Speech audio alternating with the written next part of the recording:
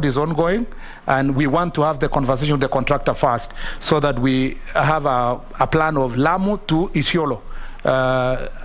It's my hope that it is tarmacked, not just Mara, so that it can attract the investments that we want to have. Continuous maintenance is the same issue that you've said. We must be able to do that, and we must ring fence the resources for that. Honorable Emase, yes, I will come to see, and I will first establish the dwelling of that road, whether it is true, and quality of the roads. You are very right, not just in your county, also in my county. I know roads that were constructed, and in less than 5 years they have potholes, and there is no any maintenance. This is a thing that should be a thing of the past. On the question of non-motorized transport system, I want to say this. Just another statistic, Mr. Speaker. Nairobi, a half of Nairobians walk. Yet the budget for non-motorized transport is 2%. We don't have walking paths and we don't have cycling paths. In fact, many pedestrians are hit while walking.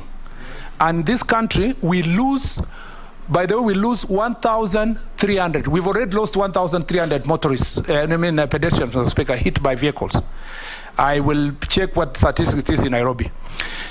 It is, my plan is to, and this is, Mr. Speaker, it's not just Nairobi. If you go to Iten, Mr. Speaker, and Eldoret and Kapsabet, that is the area that produces the best athletes in the country, some of the best athletes in the country.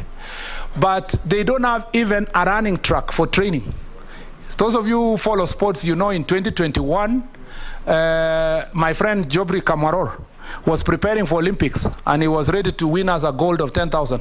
But he was hit by a motorbike on the right side of the road. And many athletes have been hit by motorbikes. Mr. Speaker, we must make non-motorized transport, because it's the highest number of traffic in the country.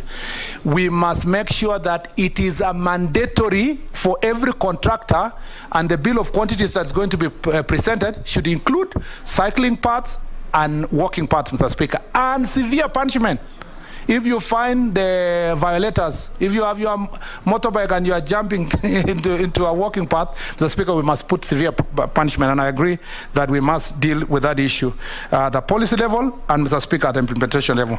Honorable Kikaria, on the airports, you've said Nakuru, but do you know that there was supposed to be an airport somewhere in Naivasha town, which has been choked by buildings? If you ever fly in Naivasha, you will see something like there was a runway of some sort, but there is no, the runway has been, the land has been grabbed. The first thing we need to do is to, before even we construct every airstrip in every county, we must restore first and safeguard the properties of the KA across the country. And I will work with you and other Kenyans to ensure that. Of course, I will still be training with you at Nyayo Stadium. I don't know if I will play for Bunge FC. Learners, yes. I thought there was a question on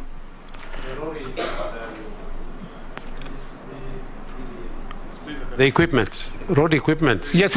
Again, even where, that's a good question, supplementing what Honorable Koech said, even where we have ring-fenced contracts below 1 billion to local contractors, we must go ahead and say the contracts above 1 billion, 4, 5, 10 billion must have a component of local contractors who are making their contribution to be subcontracted.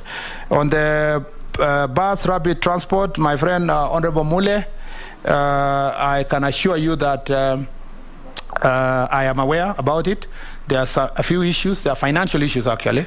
The company still requires a certain amount of money, almost 2 billion, to complete the infrastructure, and then the leasing of the buses. We will work together to see that that is achieved. In fact, that's not the only thing.